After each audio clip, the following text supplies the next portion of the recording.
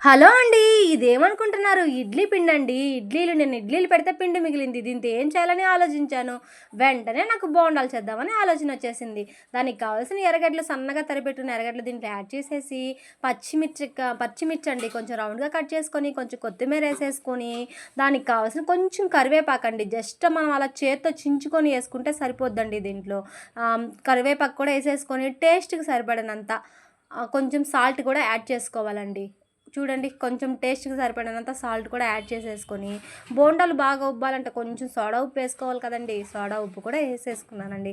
ఇదండి అసలు చిట్కా. ఈ బోండాలు రావాలంటే ఇది గోధుమ పిండండి. గోధుమ పిండిని కూడా దీంట్లో యాడ్ చేయాలి. ఒక్క రవ్వతో బోండాలు రావు కదా!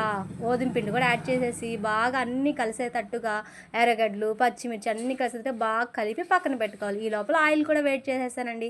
ఆయిల్ కూడా వేడెక్కిపోయింది. ఇంకా చిన్న చిన్నవిగా బోండాల్లాగా మనం ఆయిల్‌లో ఏసేసుకోవాలండి. చూడండి ఆయిల్‌లో ఏయంగానే ఎలా పైకి బాగా కాలుతూ ఉన్నాయి కదా! బాగా బాండిల్ నిండా బోండాలని ఏసేసాను. చూడండి లాస్ట్‌లో నా బోండాలు ఎలా బాగా ఎర్రగా కాలిపోయాయి కదా!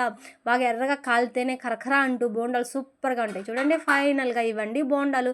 చూస్తేనే చాలా నోరూరిపోతున్నాయి కదా! చూడండి చించినా కానీ ఎంత పర్ఫెక్ట్‌గా వచ్చాయో వేడి వేడిగా పొగలొస్తూ ఉన్నాయండి. సూపర్‌గా ఉంటదండి టేస్ట్. మీరు కూడా ట్రై చేయండి. చాలా టేస్టీగా ఉంటది. ఈవినింగ్ టైంలో కూడా స్నాక్స్‌గా కూడా చేసుకోవచ్చండి. దీనికి కాంబినేషన్ ఎర్ర చట్నీ చేశానండి. ఎర్ర చట్నీ ఇంకోసారి వీడియో పెడతానండి. సూపర్‌గా ఉంటదండి టేస్ట్ మాత్రం. ఈవినింగ్ టైం కానీ, మార్నింగ్ టైం కానీ చాలా బావుంటది. ఎర్ర చట్నీ తీయడానికి టైం సరిపోలేదండి నాకైతే. స్కూల్‌కి టైం అవుతుందని బాబుకి త్వరగా చేసేసాను. మా బాబు చూడండి సూపర్‌గా ఉందని చెప్తున్నాడు. లైక్ చేయండి. సబ్స్క్రైబ్ చేసుకోండి.